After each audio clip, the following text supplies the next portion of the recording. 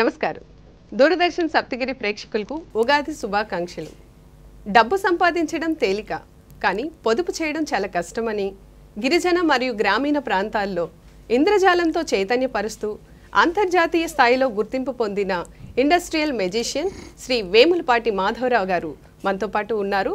వారితో మాట్లాడి ఇంద్రజాలం గురించి పూర్తి వివరాలు తెలుసుకుందాం. నమస్తే సార్. నమస్కారం అమ్మా. సార్, ఈరోజు మనం ఇంద్రజాలం గురించి తెలుసుకోబోతున్నాం. సార్, ముందుగా మీ విషయాలు సంబంధించి మీ యొక్క పుట్టిన ఊరు, తల్లిదండ్రులు, మీ చదువు గురించి మీ మాటల్లో మా ప్రేక్షకులకు తెలియజేయండి. మా సొంత ఊరు ప్రకాశం జిల్లాలోని పామూరు అనే చిన్న గ్రామం అండి. ఇప్పుడు అది పెద్ద పట్టణం కూడా. మా తల్లిదండ్రులు వేములపాటి శంకర నారాయణరావు గారు, అమ్మ ఆదిలక్ష్మి గారు. నా చదువంతా కూడా మా ఊర్లోనే జరిగింది. తర్వాత కాలేజ్ స్టడీస్ విద్యానగర్లో, గూడూరు, చెన్నైలో జరిగిందండి. సార్, మీకు ఈ మ్యాజిక్ రంగంలోకి రావాలన్న ఆసక్తి ఎందుకు కలిగింది? ఏ గురువు దగ్గర మీరు నేర్చుకున్నారు? చాలా మంచి ప్రశ్న అమ్మా. మా ఊరికి దగ్గరలో ఒక 5 మైళ్ళ దూరంలో లక్ష్మీనరసాపురం అనే చిన్న ఊరు ఉందండి. ఆ ఊరి పక్కనే ఒక పెద్ద కొండ, ఆ కొండ కింద గిరిజన తెగ ఉండేవాళ్ళండి. వాళ్ళని విప్ర వినోదులు అంటారు. ఆ విప్ర వినోదులు అంటే మ్యాజిక్కే వాళ్ళ యొక్క జీవన విధానం. వాళ్ళ జీవనాధారం మ్యాజిక్కే. వాళ్ళ ప్రాంతాలంతా కూడా మ్యాజిక్ చేస్తూ అందరినీ వినోదపరుస్తూ వాళ్ళు ఇచ్చిన తృణమో పణమో తీసుకొని వాళ్ళ జీవనం సాగించేవాళ్ళు. అలాగే వాళ్ళు మా ఊరికి వచ్చినప్పుడు మాది చాలా పెద్ద ఇల్లు, మా ఇంటి ముందు పెద్ద చెట్లు ఉండేవి. వీళ్ళు ఆ చెట్ల కింద ఉండేవాళ్ళు. మా అమ్మగారు వారికి రాత్రిపూట అన్నం పెట్టేది. ఉదయాన్నే మళ్ళీ రాత్రి మిగిలిన అన్నం వాళ్ళకి పెట్టేది. అది తిని వాళ్ళు ఆ ప్రాంతానికి పోతుండేవాళ్ళు. అలా వాళ్ళతో నాకు పరిచయం ఏర్పడింది. నేను వాళ్ళని బతివిలాడో భంగపడో వాళ్ళ దగ్గర కొన్ని ట్రిక్స్ నేర్చుకోవడం జరిగింది. వెంకటేశ్వర గారిని ఆయన నా మొదటి గురువు అండి. అట్లా నేను మ్యాజిక్ మీద ఒక శ్రద్ధ కలిగింది. ఆ తర్వాత నేను కాలేజీ స్థాయికి వచ్చేటప్పటికి మ్యాజిక్ మీద నా ఇంట్రెస్ట్ మాత్రం తగ్గలేదు. అప్పుడు ఇన్ని అవకాశాలు కూడా ఉండేవి కాదండి. ఇప్పుడంటే చాలా అవకాశాలు, అప్పుడు అవకాశాలు కూడా ఉండేవి కాదు. ఈ చెన్నై, బెంగళూరు, హైదరాబాద్ ఈ ప్రాంతాల్లో సండే మార్కెట్ అని సండే రోజు పెద్ద మార్కెట్ పెట్టేవాళ్ళు. పుస్తకాలు ఆ పేమెంట్ అంతా పెట్టేవాళ్ళు. ఆ పుస్తకాలని ఎతికి ఈ మ్యాజిక్ సంబంధించిన పుస్తకాలు కొనేవాడిని. అలా చాలా కాలం పుస్తకాల గురించి బాగా చదివాను, మ్యాజిక్ గురించి బాగా చదివాను. ఆ తర్వాత హైదరాబాద్, చెన్నై ఈ ప్రాంతాల్లో సర్కార్ గారు, ఓపి ఆగర్ గారు ఇలాంటి వాళ్ళు మ్యాజిక్ ప్రదర్శన ఉంటే ఆ మ్యాజిక్ ప్రదర్శనకు వెళ్ళేవాడిని. అవి చూసేవాడిని. వాళ్ళు ఎలా చేస్తున్నారు, ఏ విధంగా ఉన్నారు, వాళ్ళు ఎలా ఎంటర్ అవుతున్నారు, ఇవన్నీ కూడా బాగా నేర్చుకున్నాను. అట్లా మ్యాజిక్ గురించి నాకు కొంత అవగాహన ఏర్పడిందని మా తర్వాత. Yes sir. సార్, దాదాపు 40 సంవత్సరాల క్రితం సివిల్ ఇంజనీరింగ్ ఉద్యోగాన్ని వదులుకొని ఈ రంగంలోకి వచ్చారు. దీనికి గల బలమైన కారణం ఏంటో తెలియజేయండి. ఎస్ అండి, చాలా మంచి ప్రశ్న. మొదటి నుంచి కూడా నాకు ఈ సమాజానికి ఏదైనా సేవ చేయాలి. ముఖ్యంగా నేను గ్రామీణ ప్రాంతం వాడిని కాబట్టి గ్రామీణ ప్రజలు చాలా అమాయకులు. వాళ్ళను చాలామంది మోసం చేస్తూ ఉంటారు. అది నేను ప్రత్యక్షంగా చూశాను. సో వాళ్ళను మనం ఎడ్యుకేట్ చేయాలి, వాళ్ళ చైతన్యవంతం తీసుకురావాలి, తద్వారా వాళ్ళు ఆనందంగా ఆహ్లాదకరంగా ఉండాలి అనేటువంటి సంకల్పం మొదటి నుంచే నాకు బలంగా ఉందండి. అలా ఉద్యోగం చేస్తున్నప్పుడు కూడా నా ఆలోచన మాత్రం నన్ను ఎప్పుడూ తడుతూ ఉండేది, నువ్వు అలా చేయాలి అలా చేయాలని. అలా 85లో నేను అక్కడి నుంచి ఉద్యోగం నుంచి నేను ఈ రంగంలోకి వచ్చాను. కానీ నేను సాహసం అనుకుంటాను, సాహసం కాదండి, అమాయకత్వంతోనే ఈ రంగంలోకి వచ్చాను. ఎందుకంటే నేను వచ్చేటప్పటికి నాకు అసలు ఏం తెలియదు, నేనేం చేయాలో కూడా నాకు తెలియదు. కొందరేమో స్వచ్ఛంద సంస్థలు పెట్టడం సార్ సేవ చేయిస్తున్నారు, సో దానికి డబ్బు కావాలి, ఆ శక్తి నా దగ్గర లేదు. రాజకీయాలన్నారు, అది నా వల్ల కాదు. ఇంకా మిగిలిన ఒకే ఒక అస్త్రం మ్యాజిక్. సో మ్యాజిక్ని ముందు నిలబడింది. సో దీని ద్వారా నేను జనంలోకి వెళ్ళాలి, గ్రామీణ ప్రాంత ప్రజలకు వెళ్ళాలి అని దాని మీద బాగా నేను కృషి చేశానండి. సార్, మ్యాజిక్ రంగం వైపు రావడానికి అందరూ కూడా చాలా కృషి చేస్తారు. మీరు పర్సనల్గా ఎటువంటి కృషిని చేశారో మా ప్రేక్షకులకు తెలియజేయండి. ఎస్ అండి, నేను చెప్పినంత సులభం కాదండి. నేను ఈ రంగంలోకి వచ్చినప్పుడు నాకు కేవలం ప్రాక్టికల్గా తెలుసు, కానీ పుస్తక నాలెడ్జే నా దగ్గర ఉంది, కానీ ప్రాక్టికల్గా నేను స్టేజ్ మీద ప్రోగ్రామ్ చేయలేను. కానీ 3 సంవత్సరాలు నేను నిరంతర కృషి చేశాను. ఎన్నో మెలకువలు నేర్చుకున్నాను. స్టేజ్ మీద ఎలా ఉండాలి, స్టేజీ మేనర్స్ ఏంటి, ఎలా మనం ల్యాండింగ్ ఎలా ఉంటుంది, టేక్ ఆఫ్ ఎలా ఉంటుంది, ఇవన్నీ కూడా నేను క్షుణ్ణంగా నేర్చుకున్నానండి. కానీ ఇందులో ఒక విషయం చెప్పాలి. ఆ రోజుల్లో మా ఊరు చిన్న ఊరు, అక్కడ ఎవరు లేరు. నేను కరెక్ట్గా చేస్తున్నా లేదు చెప్పేదానికి మా అమ్మే నా జడ్జి. మా అమ్మగారు అక్కడ కనిపిస్తున్నదిరా, ఇది సరిగ్గా లేదురా, నువ్వు ఇలా సరిగ్గా రావటం లేదురా అని మా అమ్మగారు నన్ను కరెక్ట్ చేసేదండి. అలా మా అమ్మగారు నా రెండో జడ్జి. అట్లా నేను నిరంతర కృషి చేశాను. మధ్యలో నాకే అనుమానం వచ్చింది, నేను సరైన ట్రాక్లో వస్తున్నానా లేదా అని. అప్పుడు గౌరవనీయులు పెద్దలు బివి పట్టాభిరామ గారి దగ్గర కొన్ని నేను మేకులు నేర్చుకోవడం జరిగింది. ఇలా 3 సంవత్సరాలు పట్టిందండి క్షుణ్ణంగా ఈ సబ్జెక్టుని తెలుసుకోవడానికి. నేను స్టేజ్ ఎక్కి ప్రోగ్రామ్ చేయడానికి 3 సంవత్సరాల కాలం నాకు పట్టింది. సార్, సాధారణంగా మ్యాజిక్ అనగానే పావురాలు తీయటం, అలాగే కుందేలు, వీటితో తమాషా చేస్తూ ఉంటారు. కానీ దీనికి భిన్నంగా మీరు ఈ యొక్క మ్యాజిక్ రంగంలో ఒక కొత్త ఆవిష్కరణను తీసుకొచ్చారు. ఇది మీకు ఎలా సాధ్యపడింది? నిజమండి. సాధారణంగా మనం ఏదైనా ఒక సందేశం ఇవ్వాలి అంటే, ఒక చైతన్యం తీసుకురావాలంటే ఇది కేవలం ఎంటర్టైన్మెంట్ వల్ల లాభం లేదు. నేను కేవలం పావురాలు కుందేలు చేస్తే వాళ్ళు ఆనందపడతారు తప్ప అంతకు మించిన ప్రయోజనం లేదు. కానీ ఇలా కాదనుకొని సందేశాత్మకమైనటువంటి ప్రోగ్రాం ఉండాలి. డబ్బు గురించి వాళ్ళు జాగ్రత్తలు తీసుకోవాలి, నీటి గురించి జాగ్రత్తలు తీసుకోవాలి, అడవులు ఎలా సంరక్షించుకోవాలి తెలుసుకోవాలి. వీటన్నిటినీ కూడా నా ప్రోగ్రాంలో పెట్టి దానికి అనుగుణంగా నేను ఐటమ్స్ తయారు చేసుకొని వాళ్ళ ముందు ప్రదర్శన ఇవ్వాలి. అంటే వాళ్ళకి ఎంటర్టైన్మెంట్ ఉంటుంది, ఎన్లైట్మెంటు ఉంటుంది. ప్రోగ్రాంలు ఆనందిస్తారు, అంతకుమించి వాళ్ళ చైతన్యం వస్తుంది, వాళ్ళకు ఒక అవగాహన ఏర్పడుతుంది. ఆ విధమైన ఆలోచనతో నేను ఈ విధంగా వచ్చానండి. ఇలా రావడానికి నా ఊహలకు, నా ఆలోచనలకు దాదాపు 8 జాతీయ బ్యాంకులు నన్ను 35 సంవత్సరాల నుంచి ప్రోగ్రామ్ స్పాన్సర్ చేస్తున్నారండి. భారతదేశంలో ఎవరికీ ఇంత అదృష్టం లేదండి. నాకు టాలెంట్ కన్నా అదృష్టం ఎక్కువ అని నమ్ముతాను నేను. ఎందుకంటే దాదాపు 35 సంవత్సరాలు ఇప్పటికి కూడా నన్ను జాతీయ బ్యాంకులు స్పాన్సర్ చేస్తున్నాయి. ఇన్ని బ్యాంకులకు ఏకైక వ్యక్తి నేనే కావడం నాకు ఒక ఆనందం అండి. సార్, ఇప్పుడు ఈ మ్యాజిక్ ద్వారా ప్రజలకు ఎలా ఉపయోగపడుతుంది అంటారు? కరెక్ట్ అండి. నేను ఇందాక మీకు చెప్పాను ఈ సమాజానికి ఏదైనా చెయ్యాలి అని. 1988లో గౌరవనీయులు పెద్దలు మా ఊర్లో ప్రముఖ వైద్యులు డాక్టర్ లక్ష్మీనరసారెడ్డి గారు నన్ను రోటరీ క్లబ్లో మెంబర్గా తీసుకున్నారు. తీసుకున్నప్పుడు నేను అక్కడ కొంత సేవ కార్యక్రమం చేసేవాడిని. ఒకసారి నేను చెన్నైకి వెళ్ళాను ప్రోగ్రాం చేయడానికి. నేను అక్కడ హోటల్లో టిఫిన్ చేసి బయటకు వచ్చాను. సన్నంగా వర్షం పడుతూ ఉంది. ఎదురుగ్గా 2 కుష్టివాళ్ళు అయ్యా ఆకలి ఆకలి అని అరుస్తున్నారు. నా మనసు చెలించిందండి. అరే నేను హాయిగా తిన్నాను, 2 వ్యక్తులేమో ఆకలి అని అరుస్తున్నారు, ఏంది మాయ అనుకున్నాను. వాళ్ళకు డబ్బులు ఇచ్చాను. కానీ వచ్చిన తర్వాత మాత్రం నా మనసు తిరుగుతూనే ఉండింది. వాళ్ళే కనిపిస్తున్నారు నాకు. అప్పుడు మా డాక్టర్ గారి దగ్గరికి వెళ్ళి, సార్ నేను ఫ్రీగా ప్రోగ్రామ్ చేస్తాను, అందరికీ ఫండ్ రైజ్ చేస్తాం, ఆ డబ్బులు వాళ్ళకే ఇస్తాం, కుష్ఠరోగుల సంక్షేమానికి కానీ ఫిజికలీ ఛాలెంజ్ పర్సన్స్ కానీ వాళ్ళకే డబ్బులు ఇద్దామని మేము మా ప్రెసిడెంట్ ద్వారా తెలుగు రాష్ట్రాల్లోని అన్ని రోటరీ క్లబ్బులకు, లయన్స్ క్లబ్బులకు, స్వచ్ఛంద సంస్థలకు లెటర్స్ రాసామండి. కానీ విపరీతమైన మాకు రెస్పాన్స్ వచ్చిందండి. విపరీతంగా లెటర్స్ వచ్చాయి, మాకు ప్రోగ్రాం కావాలి, మాకు ప్రోగ్రాం కావాలి.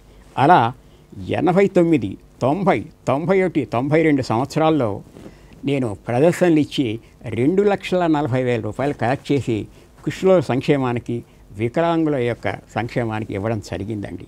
అది నాకు ఎంతో తృప్తినిస్తుంది. నా మ్యాజిక్ సమాజానికి ఒక విధంగా ఉపయోగపడిందనే తృప్తి కూడా నాకు ఉందండి.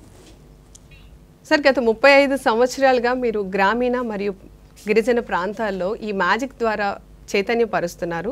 మా ప్రేక్షకుల కోసం ఒక్కసారి చేసి చూపిస్తారా? ఖచ్చితంగా అమ్మ, ఖచ్చితంగా.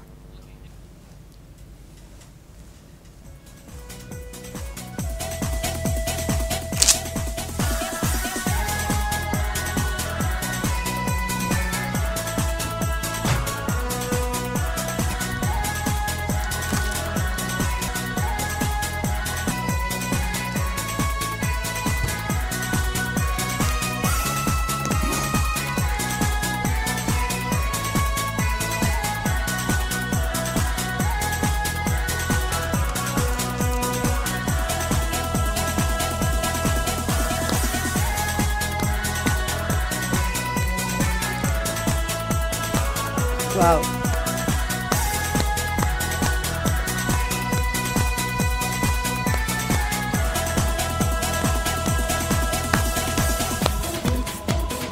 మహాశైలారా, మన జీవితం ఇలా రంగులమయం ఆనందంగా కావాలి అంటే, ఒక ఇంద్రధనుసులా కళకళలాడాలి అంటే, ఆహ్లాదకరంగా ఉండాలంటే, ఆనందంగా ఉండాలంటే మనం ఏం చేయాలి?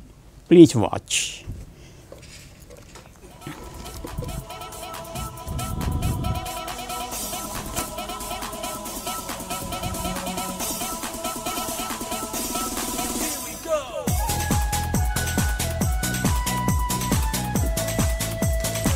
డబ్బు గురించి మనం చాలా జాగ్రత్తలు తీసుకోవాలి. డబ్బును గౌరవించాలి. డబ్బును పొదుపు చేయాలి. చాలామంది అనుకుంటారు పొదుపు అంటే పిసినారితనం అని. కానే కాదు మహాశైలారా. మనకి ఎంతవరకు అవసరమో అంతవరకు ఖర్చు పెట్టుకునే దాన్ని పొదుపు అంటారు. అంతకు మించి ఎక్కువ ఖర్చు పెడితే దాన్ని దుబారా ఖర్చులు అంటారు. చాలామంది విపరీతంగా ఖర్చు పెడుతూ పోతారు. దానికి ఒక లెక్క ఉండదు, ఒక హద్దు ఉండదు, ఒక పద్దు ఉండదు.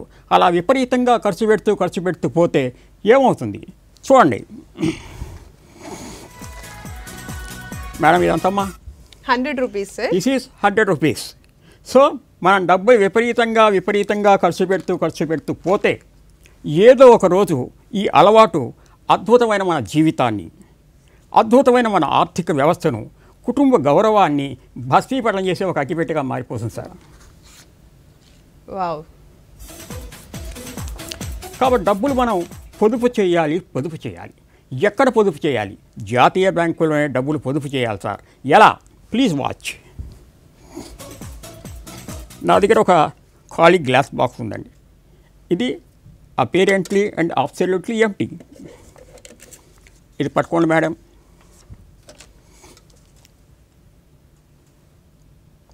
ఓసారి లోపల చేయబెట్టి తిప్పండి మేడం. ఏమీ లేదు సార్, ఎంటీగా ఉంది. ఆ 10 రూపాయలు అందులో వేయండి. క్లోజ్ చేయండి మేడం. ఎస్, మీరు ఏదైనా బ్యాంకులో ఒక అకౌంట్ ఉంటుంది. ఆ బ్యాంకును ఒకసారి మనసులో తలుచుకోండి. ఇంకొకసారి మేడం, ఇంకొకసారి. ఓకే, ఇప్పుడు ఇందులో మనం ఎంత వేసామండి? 10 రూపీస్. 10 రూపీస్ వేసాం. మీ బ్యాంకులో 2 మాటలు మీరు తలుచుకున్నారు. ఒకసారి అడుగులు తీయండి. Oh my god, wow. ఒక్కోటి లెక్క పెట్టి అందులో వేయండి. 10 1 2 3 4 5 6 7 8 9 10. అందులో మనం ఏం చేసామండి? 10 రూపీస్ వేసాము. 10 రూపీస్ వేసాం. ఇలా పొదుపు చేస్తే మన డబ్బులు కొండంతగా పెరుగుతుంది. కాబట్టి జాతీయ బ్యాంకులోనే మన డబ్బులు పొదుపు చేయాలి. ఇక్కడ ఇంకో విషయం నేను మీకు మనం చేయాలండి. కొంతమంది ఇలా పొదుపు చేస్తూ పోతే ఒక 10 లక్షలు 15 లక్షల రూపాయలు బ్యాంకులో ఉన్నప్పుడు అప్పటిదాకా దగ్గరకు రాని ఎదురింటి వాళ్ళు, బంధువులు, స్నేహితులు వీళ్ళు మన పక్క వస్తారండి. అలా వచ్చి, అరే బ్యాంకులు వేసుకుంటే ఏం డబ్బులు వడ్డీ వస్తాయిరా, మా వాడు పెద్ద రియల్ ఎస్టేట్ చేస్తున్నాడు, నువ్వు వాడికి డబ్బులు ఇచ్చావంటే నీకు మంచి వడ్డీ ఇస్తా అంటాడు. వీడు పోగానే 2 వస్తాడు, లేదా మా బావమరిది పెద్ద ఫ్యాక్టరీ పెట్టినాడు, నీ డబ్బులు వాడికి ఇచ్చావంటే ఇంకా మంచి వడ్డీ ఇస్తా అంటాడు. అలా ఎక్కువ వడ్డీలకు ఆశపడితే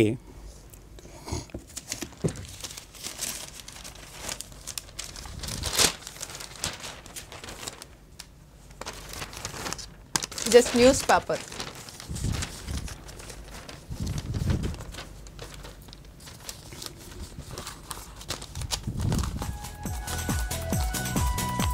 ఇది కాసేపు ఎక్కువ వడ్డీలు ఇచ్చేటువంటి సంవత్సరం అనుకోండి, ఫ్యాక్టరీ కావచ్చు, రియల్ ఎస్టేట్ కావచ్చు, ఇంకోటి కావచ్చు, ఎక్కువ వడ్డీలు ఇచ్చేటువంటి సంస్థలు. ఈ పాలను కాసేపు మీరు డబ్బు అనుకోండి. ఎందుకనంటే పాలు లక్ష్మీదేవి లాంటిది. కాబట్టి దీని కాసేపు మీరు డబ్బు అనుకోండి. ఎక్కువ వడ్డీలకు ఆశపడి బ్యాంకులో ఉన్న డబ్బు అంతా డ్రా చేసి ఉన్న డబ్బంతా కూడా ఆ సంస్థలో పెట్టుబడి పెడుతున్నాడు ఈ పెద్ద ఆయన.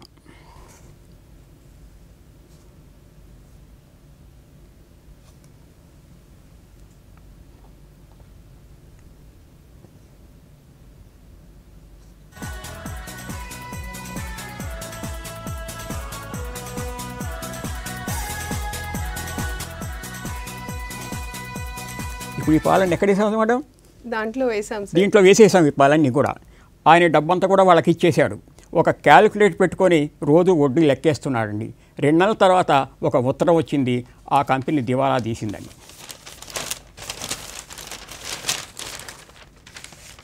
పాలు ఎక్కడికి వెళ్ళింది సార్? మన డబ్బులు అలా వెళ్ళిపోతాయి మహాశయులు. వాళ్ళు విసిరిన ఉచ్చులో మనం చిక్కుకుంటే, ఆ మాయాజాలంలో మనం పడిపోతే మన జీవితాలు తారుమారైపోతాయి. కాబట్టి దయ ఉంచి మీ డబ్బులను జాతీయ బ్యాంకులోనే పొదుపు చేయండి.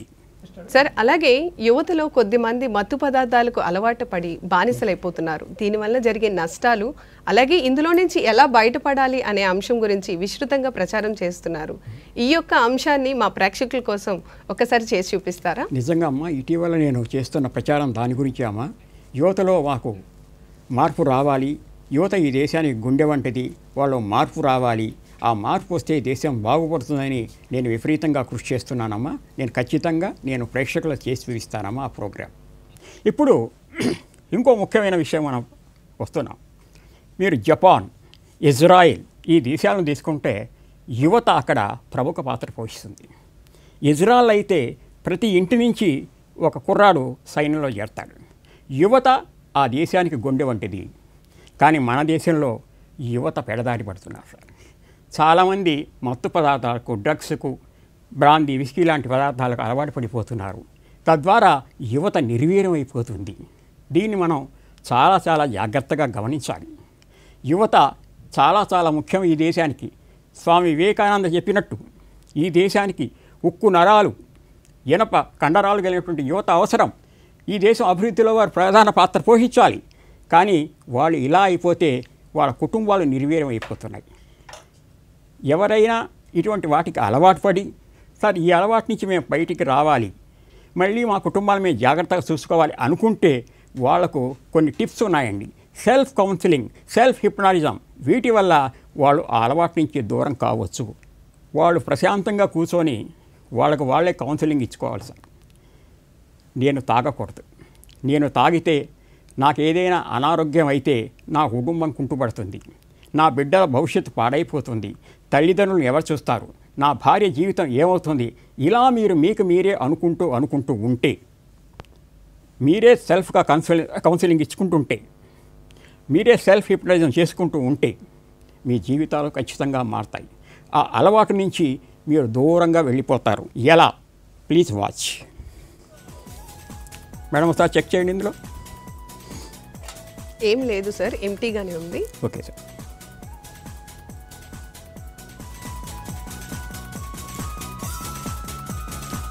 ఈ పెన్ యువతకు రిప్రజెంటేటివ్, యువత ప్రతినిధి ఈ పెన్.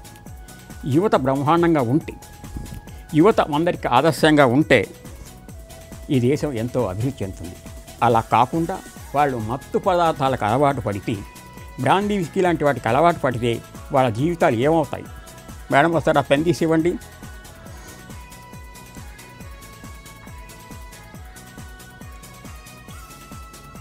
పెన్సిల్ అయింది సార్. ఏం లేదు, చెక్ చేయండి. నో, ఏం లేదు సార్. అంటే పెన్ స్థాయి నుంచి పెన్సిల్ స్థాయికి దిగజారుతుంది సార్ వాళ్ళ జీవితాలు. కాబట్టి ఖచ్చితంగా ఈ అలవాటుకు వాళ్ళు దూరంగా ఉండాలి. ఇంకో విషయం సార్, సిగరెట్. చాలామంది సిగరెట్ తాగుతూ ఉంటారు. వాళ్ళు చెప్పే కారణం నాకు విపరీతమైన టెన్షన్, ఆ టెన్షన్ వల్ల నేను సిగరెట్ తాగుతున్నా అంటారు. ఇది పెద్ద అబద్ధం సార్. టెన్షన్కు సిగరెట్కు ఎటువంటి సంబంధం లేదు. సిగరెట్ మానాలి అనుకున్నప్పుడు ఖచ్చితంగా నేను తాగకూడదు అనుకుంటాను. వాళ్ళు కౌన్సిలింగ్ ఇచ్చుకోవాలి. ఈ సిగరెట్ తాగిన దానివల్ల ఊపిరితిత్తులు చెడిపోతాయి. ఊపిరితిత్తులు చెడిపోతే తద్వారా గుండె దెబ్బతింటుంది. వీటన్నిటి వల్ల అతని ఆరోగ్యం దెబ్బతింటుంది. అతను ఏ పని చేయలేడు. భార్య జీవితం అన్యాయం అయిపోతుంది, బిడ్డల భవిష్యత్తు అన్యాయం అయిపోతుంది, తల్లిదండ్రులు అన్యాయం అయిపోతారు.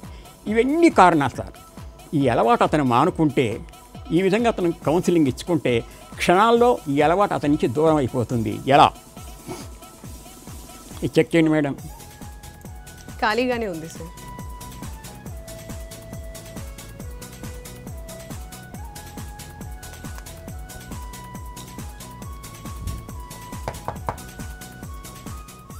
పట్టుకోండి మేడం. ఆ సిగరెట్ని తీసి దూరంగా విసిరేయండి మేడం.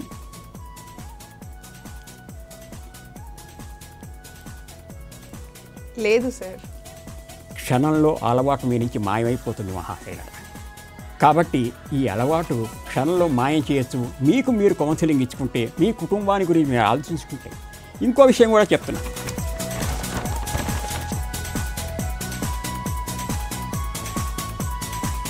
చెక్ చేయండి మేడం. ఖాళీగానే ఉంది.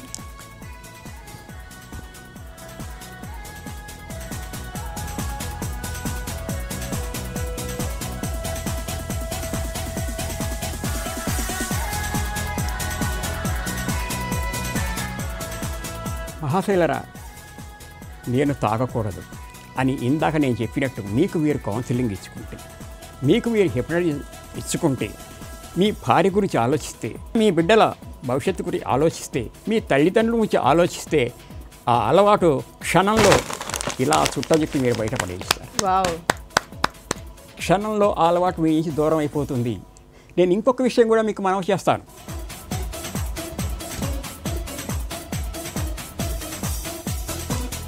నేను చెప్పినంత సులభం కూడా కాదండి ఈ అలవాటు మానడం. ఎందుకంటే ఇక్కడ మీ అలవాటు ఉంది, ఇక్కడ మీ మనసు ఉంది. కానీ మీరు మానాలనుకుంటారు, మానలేరు. ఎందుకంటే మీ పక్క స్నేహితులు ఉంటారు, వాళ్ళు మిమ్మల్ని మళ్ళీ ప్రలోభ పెడుతుంటారు. కొంచెం తాగితే పర్వాలేదు, 2 రోజులకు ఒకసారి తాగితే పర్వాలేదు, 3 రోజులకు ఒకసారి తాగితే పర్వాలేదు, ఇలా మిమ్మల్ని ప్రలోభ పెడతారండి. వాళ్ళు నిజమైన స్నేహితులు కాదు సార్. వాళ్ళు మీ మీద ఎక్కడ లేని ప్రభావాలు తీసుకొస్తారు సార్. వాళ్ళని ముందు మీరు దూరంగా తరివేయండి సార్. ఇలా తరివేస్తే ఇప్పుడు ఇక్కడ ఉన్నది మీ అలవాటు, మీ మనస్సు. మీ అలవాటు, మీ మనస్సు. నేను తాగకూడదు, క్షణంలో అలవాటు మాయమైపోతుంది సార్. మీ జీవితం ఆనందమై అయిపోతుంది సార్. కాబట్టి యువత వాళ్ళు అనుకుంటే అలవాటు నుంచి దూరం కావచ్చు. అలా దూరం అయినప్పుడు మళ్ళీ కమ్ బ్యాక్, ఆ డబ్బులు మిగులుతాయి సార్. ఆ డబ్బులు మిగిలితే మళ్ళీ మీరు జాతీయ బ్యాంకులో పొదుపు చేయొచ్చు. ఎలా?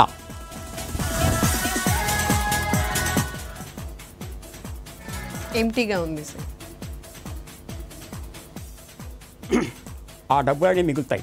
అలవాటు మీరు మానేస్తే ఆ డబ్బులన్నీ కావాల్సినంత మిగులుతాయండి. ఆ డబ్బులు మీరు జాతీయ బ్యాంకులో పొదుపు చేయండి సార్. ఇందాక చెప్పినట్టు ఈ పాలన కాసేపు డబ్బు అనుకోండి. కొంతకాలం అయిన తర్వాత మీ డబ్బులు ఇలా పెరుగుతాయి సార్. ఇంకొంతకాలానికి ఈ డబ్బులు ఇలా పెరుగుతాయి సార్. ఇంకొంతకాలానికి ఇలా పెరుగుతాయి సార్. ఇక్కడి నుంచి ఇలా పెరుగుతూ పోయాయి సార్.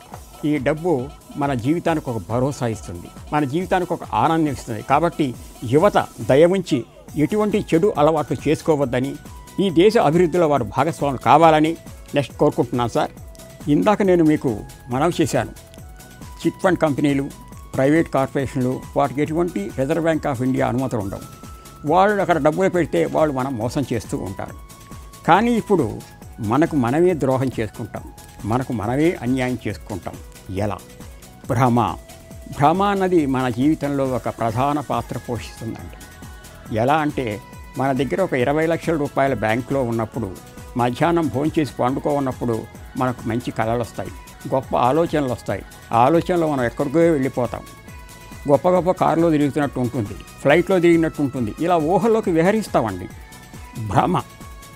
దీనికి కారణం ఏంటంటే, వాడు ఏమనుకుంటా అంటే, నా దగ్గర 20 లక్షల రూపాయలు ఉంది, నేను అందరిలాగా రియల్ ఎస్టేట్ చేస్తే నేను కూడా డబ్బులు బాగా సంపాదించవచ్చు, లేదు ఆక్వా బిజినెస్లో పెడితే డబ్బులు బాగా సంపాదించవచ్చు, లేదా షేర్ మార్కెట్ ట్రేడింగ్లో డబ్బులు పెడితే డబ్బులు బాగా సంపాదించవచ్చు. ఇటువంటి భ్రమలోకి వెళ్ళిపోతారు సార్. ఈ భ్రమ చూడడానికి చాలా ఆనందంగా ఉంటుంది, అద్భుతంగా ఉంటుంది. బట్ పర్యవసానం చాలా బాధాకరంగా ఉంటుంది. పర్యవసానం చూస్తే విచారకరంగా ఉంటుంది. కాబట్టి దయ ఉంచి ఆ భ్రమలోకి వెళ్ళగొస్తారు. భ్రమ ఎంత బాగా ఉంటుందో, ఎంత ఆనందంగా ఉంటుందో, చివరి పర్యవసానం ఎలా ఉంటుందో నా మ్యాజిక్ ద్వారా మీకు నేను చేసి చూపిస్తాను. Please watch. ఇక్కడ 2 కార్డ్స్ ఉన్నాయి సార్. ఇక్కడ 2 కార్డ్స్ ఉన్నాయి మేడం. ఇక్కడ 2 కార్డ్స్ ఉన్నాయి చదవండి. 2 కార్డ్స్ ఉన్నాయి సార్. Black 7, red 7. రెడ్ 7 అండి. సో ఇక్కడ 2 కార్డ్స్ ఉన్నాయండి. Black 7, red 7. మేడం మీ చెయ్యి ఇలా చాచండి. Okay.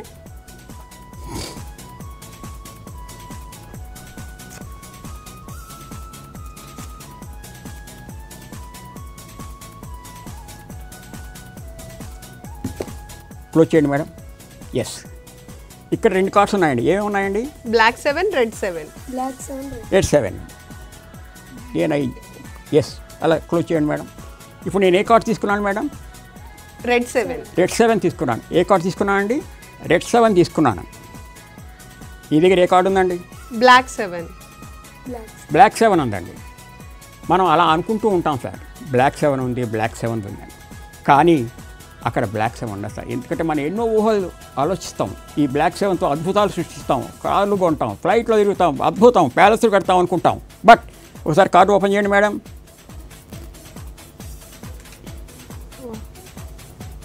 Empty. This is empty. అందరికి చూపించండి. Empty sir. ఎలా సాధ్యపడింది సార్? అదే సార్, ఇదే భ్రమ. మనం భ్రమలో గొప్పగా ఊహించుకుంటామండి, కానీ పర్యవసానం వాస్తవం చాలా చాలా బాధగా ఉంటుంది.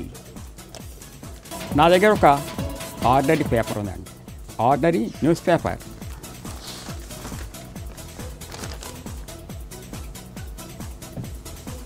మేడం ఇది ఆర్డరీ న్యూస్ పేపర్. ఏంటిది? Just news paper. Just news paper. నేను ఇలా ఫోల్డ్ చేస్తానండి. బాబు ఇక్కడ కట్ చేయమ్మా. ఎస్ ఎస్ ఎస్ ఇక్కడ పెట్టేయమ్మా. ఇప్పుడు నేను ఇక్కడ కట్ చేశాను మేడం. ఇక్కడ కట్ చేస్తే నేను ఈ పేపర్ ఓపెన్ చేస్తే ఏమవుతుందండి? మధ్యలో చినిగిపోయి కనిపిస్తుంది. మధ్యలో ఒక హోల్ కనిపిస్తుంది, చినిగిపోయి ఉంటుంది మధ్యలో. అవునా కాదా చెప్పండి? ఇక్కడ ఉంది, పేపర్ కట్ చేసాం, మధ్యలో పెద్ద రంధ్రం ఏర్పడుతుంది. But one ఐసే abracadabra Geeli Geeli Geeli focus focus అలా కాలేదు. ఇది భ్రమ, ఇది భ్రమ. నేను ఇంకా మీకు ఒక విషయం చెప్తాను సార్. మేడం ఇక్కడ ఏం కనిపిస్తున్నాయండి? కార్డ్స్. 3 కార్డ్స్ ఉన్నాయి. ఏ ఉన్నాయండి? క్యూలు ఎన్ని ఉన్నాయండి? 2. ఏ 1. ఇక్కడ 2 క్యూలు ఉన్నాయి, ఒక ఏ ఉందండి. 2 క్యూలు, ఒక ఏ ఉంది ఇక్కడ. అవునా మేడం? ఓకే. నేను ఇలా కలిపేశాను. నేను షఫిల్ చేస్తుంటాను, మీరు స్టాప్ అని చెప్పండి. 1 2 stop sir. Stop. So queue మీ సైడ్ ఉందా, నా సైడ్ ఉందా, మధ్యలో ఉందా? మధ్యలో ఉంది. అయితే ఇది లాస్ట్ కార్డ్, ఇది నా సైడ్ కార్డ్, ఇది మధ్యలో కార్డ్. సారీ లేదండి మేడం, మీకు ఒక ఛాన్స్ ఇస్తాను, మళ్ళీ నేను షఫిల్ చేస్తాను. You can say stop. 1 2 stop sir. Stop. ఇప్పుడు మధ్యలో ఉందా, మీ సైడ్ ఉందా, నా సైడ్ ఉందా? నా సైడ్ ఉంది. మీ సైడ్ ఉందండి. సో ఈ card and this card and this card. In fact అసలు క్యూలే లేవు సార్. ఇక్కడ క్యూ లేదు, ఇక్కడ క్యూ లేవు. ఓ మై గాడ్, ఇది భ్రమ, ఇది భ్రమ. నేను ఇంకో విషయం కూడా మీకు మనం చేస్తానండి. I have an ordinary card.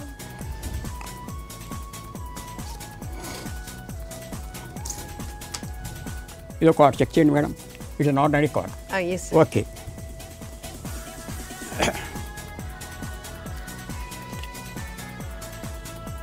ఎంటీగానే ఉంది సార్.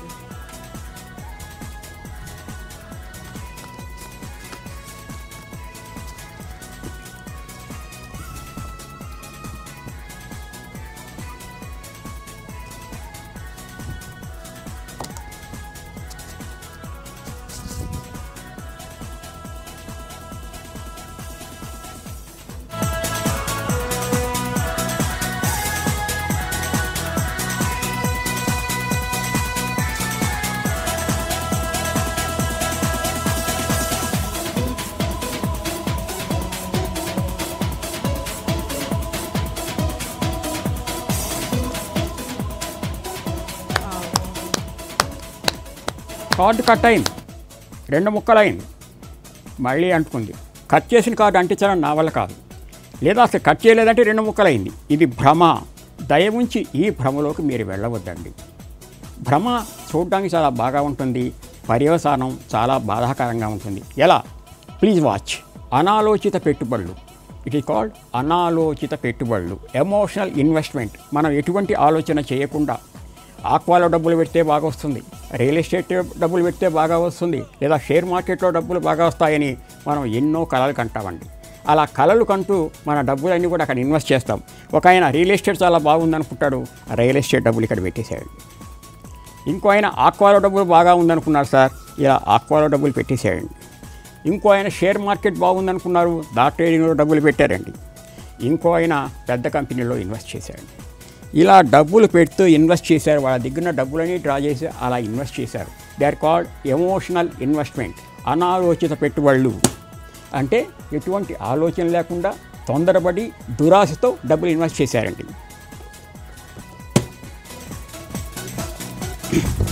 రెండోవారు చాలా తెలియగలవాడండి.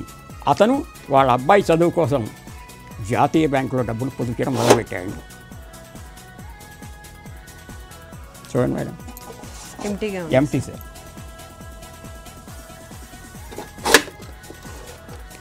వాళ్ళ అబ్బాయి కోసం జాతీయ బ్యాంకులో డబ్బులు పెట్టడానికి అలవాటు పడ్డాడు. కాలం గిర్రం తిరిగిందండి. పాప రియల్ ఎస్టేట్ ఆయన వెళ్ళిపోయాడు డబ్బులు తెచ్చుకుందామని. ఆక్వా ఆయన వెళ్ళిపోయాడు, షేర్ మార్కెట్ వెళ్ళారు. కానీ ఏం మిగిలింది సార్ వాళ్ళకు?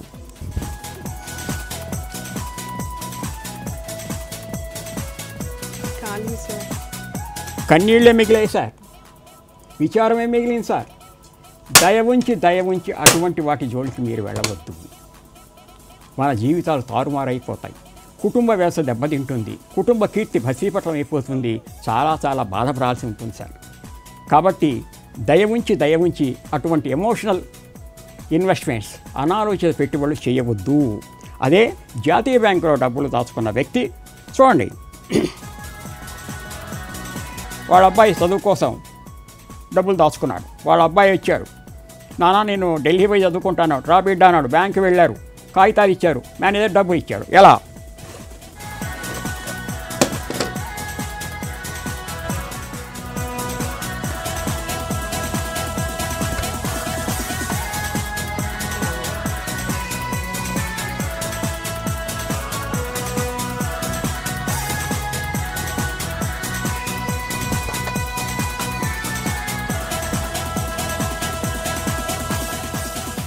ఆశైలరా, మీ డబ్బులు అలా పెరగాలంటే, మీ డబ్బుకు భద్రత కావాలంటే, మీ జీవితానికి ఒక భరోసా కావాలంటే దయ ఉంచి జాతీయ బ్యాంకులోనే పొదుపు చేయమని కోరుకుంటూ.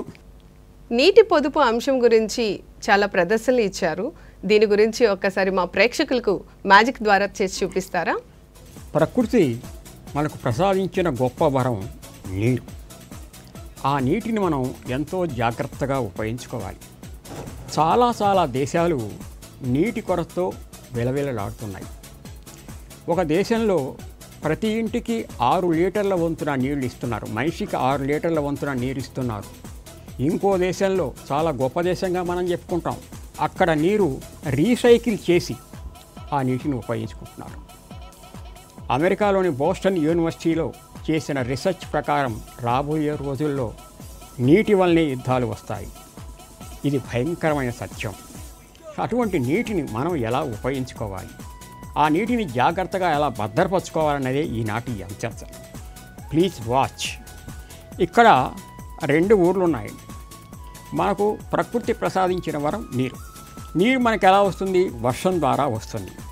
ఆ వర్షం పడ్డప్పుడు ఆ నీటిని మనం చెక్ డ్యాముల ద్వారా, పామ్ పాండ్స్ ద్వారా, చిన్న కుంటల ద్వారా నీటిని పొదుపు చేసుకుంటాం.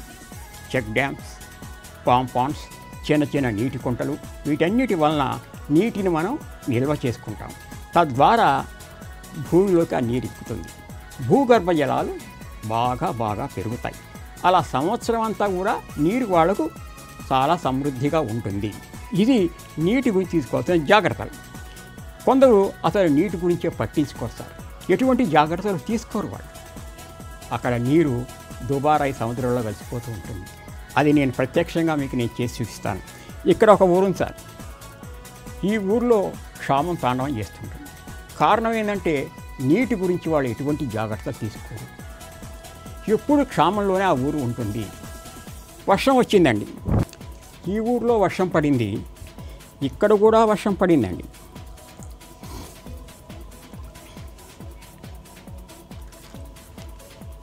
ఇక్కడ వర్షం పడింది, ఇక్కడ వర్షం పడింది. ఈ వర్షాన్ని వీళ్ళు అలా పొదుపు చేసి పట్టుకున్నారు, భద్రతగా కాపాడుకున్నారు. చెక్ డ్యామ్స్, పాండ్స్, చిన్న చిన్న నీటి కుంటల వల్ల ఆ నీటిని పొదుపు చేశారు. భూగర్భ జలాలు పెరిగాయి, చిన్న చిన్న బోర్లు వేసుకున్నారు, ఆరుతడి పంటలు వేసుకున్నారు. సంవత్సరం అంతా వాళ్ళకు సాగునీరు, తాగునీరు మొత్తానికి అలా నీళ్లు వస్తూనే ఉన్నాయి సార్.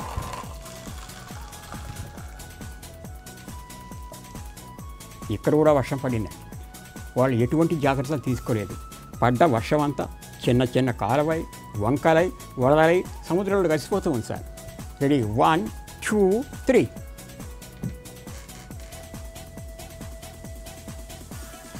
కాబట్టి నీటి గురించి మనం ఎన్నో జాగ్రత్తలు తీసుకోవాలి. నెక్స్ట్, చాలామంది నీరు ఉంది కదా అని పెద్ద పెద్ద బోర్లు వేస్తూ ఉంటారండి. అలా పెద్ద పెద్ద బోర్లు వేస్తే ఉన్న నీరంతా కూడా 3 నెలలు అయిపోయిన తర్వాత క్షామం, కరువు ఏర్పడుతుంది. కాబట్టి నీళ్లు ఉన్నాయని పెద్ద పెద్ద బోర్లు వేయకూడదు, చిన్న చిన్న బోర్లే వేయాలి, ఆరుతడి పంటలే వేయాలి. అలా మనం పెద్ద పెద్ద బోర్లు వేసామనుకోండి,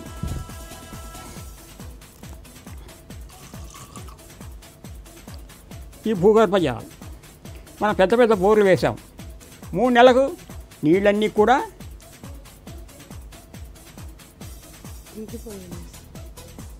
అలా అయిపోతాయి సార్. నీరంతా అయిపోతుంది, మళ్ళీ మన కరువు, క్షామం. కాబట్టి పెద్ద పెద్ద బోర్లు వేయకూడదు. మామూలు బోర్లు వేసాం, మనకు పంటకు నీళ్ళు కావాలి, తాగేదానికి నీళ్ళు కావాలి, పశువులకు నీళ్లు కావాలి, ఇళ్ళు కట్టుకోవడానికి నీళ్ళు కావాలి. ఇలా మనకు ఎప్పుడు కావాలంటే అప్పుడు నీళ్లు ఉంటాయి. చిన్న చిన్న బోర్లు వేసుకొని నీరు పొదుపు చేసుకుంటే. కాబట్టి దయ ఉంచి పెద్ద పెద్ద బోర్లు వేసి నీటిని దుర్వినియోగం చేయకూడదు.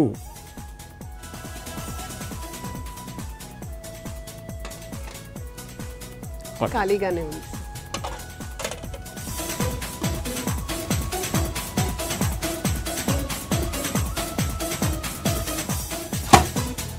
మహాశైలరా, మనం కనుక నీటిని పొదుపు చేస్తే, ప్రతి నీటి బిందువును ఇలా ఒడిసి పట్టుకుంటే ప్రతి నీటి బిందు అమృత బిందువు అవుతుంది. ఏమవుతుంది?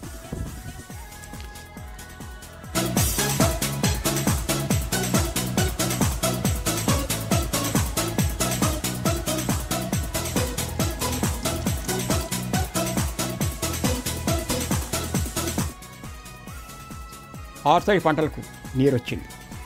నెక్స్ట్, వ్యవసాయానికి నీరు వచ్చింది. మన ఇంటి అవసరాలకు ఇలా నీళ్లు మనకు సమృద్ధిగా వస్తూ ఉంటాయి సార్. నీళ్లు ప్రతి నీటి బంధువును మనం జాగ్రత్తగా కాపాడుకోవాలి. అలా కాపాడుకుంటే ప్రతి నీటి బిందువు మనకు ఒక్కొక్క రూపాయి ఇస్తుంది సార్. 1 2 3.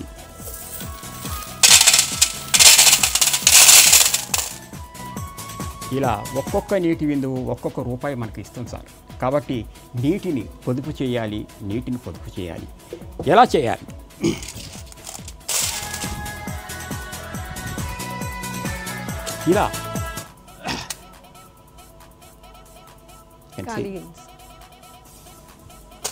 ఇలా మనం నీటిని పొదుపు చేస్తూ ఉంటే మన ప్రాంతం ఒక నందనవనం అవుతుంది, ఒక బృందావనం అవుతుందండి. మన ఊరు కళకళలాడుతూ ఉంటుంది. ఎలా?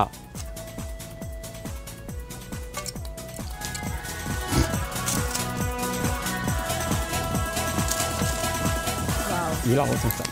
కాబట్టి దయ ఉంచి నీటిని పొదుపు చేయండి సార్. ఇప్పటి వరకు మీరు గిరిజన మరియు గ్రామీణ ప్రాంతాల్లో చాలా ప్రదర్శనలు అందించారు. ఎటువంటి ప్రదర్శనలు అందించారు? అదేవిధంగా దీనికి సంబంధించి మీకు ఎన్ని అవార్డ్స్ వచ్చింది, దాని గురించి మా ప్రేక్షకులకు తెలియజేయండి. అమ్మా, నాకు సుమారుగా 14 జాతీయ అవార్డులు వచ్చాయమ్మా, 2 అంతర్జాతీయ అవార్డులు వచ్చాయమ్మా, రాష్ట్ర స్థాయి అవార్డులు ఒక 20 ఇచ్చాయమ్మా. ఇదంతా కూడా నా కష్టానికి సంబంధించినటువంటి అవార్డ్స్ అని నేను అనుకుంటాను.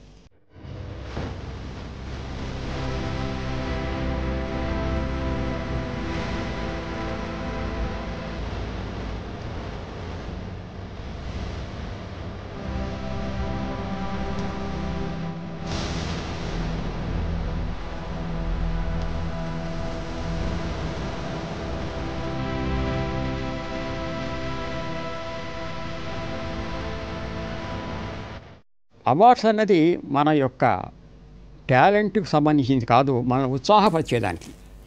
ఒక నిజంగా నా ఉద్దేశంలో ఒక అవార్డు అంటే అది ముళ్ళ కిరీటం లాంటిదే. ఎందుకంటే అవార్డు తీసుకుంటే ఆ బాధ్యత పెరుగుతుంది, మనం రెచ్చగొడుతుంటుంది, ఇంకా సేవ చేయాలి, ఇంకా సేవ చేయాలి. అలా నాకు 14 జాతీయ అవార్డు వచ్చాయేమో ఇప్పటికీ. కానీ నాకు సంతోషం ఏంటంటే నేను ఇంకా కష్టపడాలి, ఇంకా బాగా చేయాలన్నటువంటి ఉత్సాహం అవార్డు నాకు ఇచ్చాయమ్మా.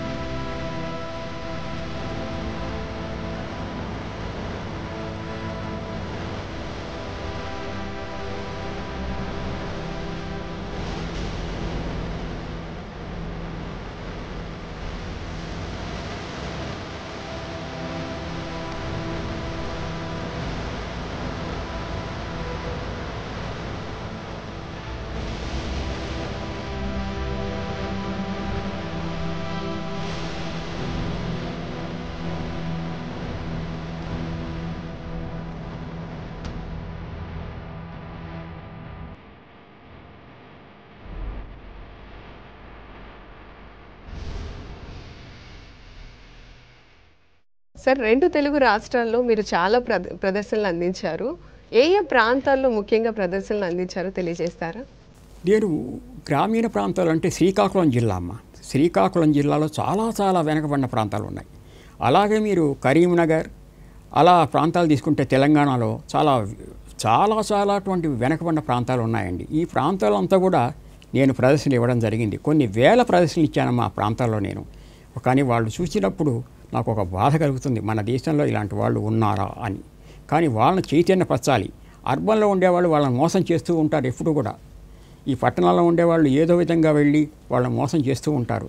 అలా మోసపోకుండా నేను ఎన్నో వాళ్ళకు జాగ్రత్తలు చెప్పేవాడిని నా మ్యాజిక్ ద్వారా వాళ్ళకు. సార్, మా ప్రేక్షకులకు ఈ యొక్క వినోదంతో పాటు విజ్ఞానాన్ని కూడా అందించారు ఈ ఇంద్రజాలం ద్వారా. మీకు ప్రత్యేకమైనటువంటి ధన్యవాదాలు సార్. నమస్కారం, థ్యాంక్ యూ. నేను మరొకసారి దూరదర్శన్ అధికారులకు అలాగే మా సప్తగిరి ఛానల్ ప్రేక్షకులకు శిరస్సు వంచి నమస్కరిస్తూ సెలవు తీసుకుంటున్నానమ్మా. జై హింద్. ఇదండి ఈ వారం కార్యక్రమం. మరొక చక్కటి కార్యక్రమంతో మళ్ళీ మీ ముందుకు వస్తాం. అంతవరకు సెలవు, నమస్కారం.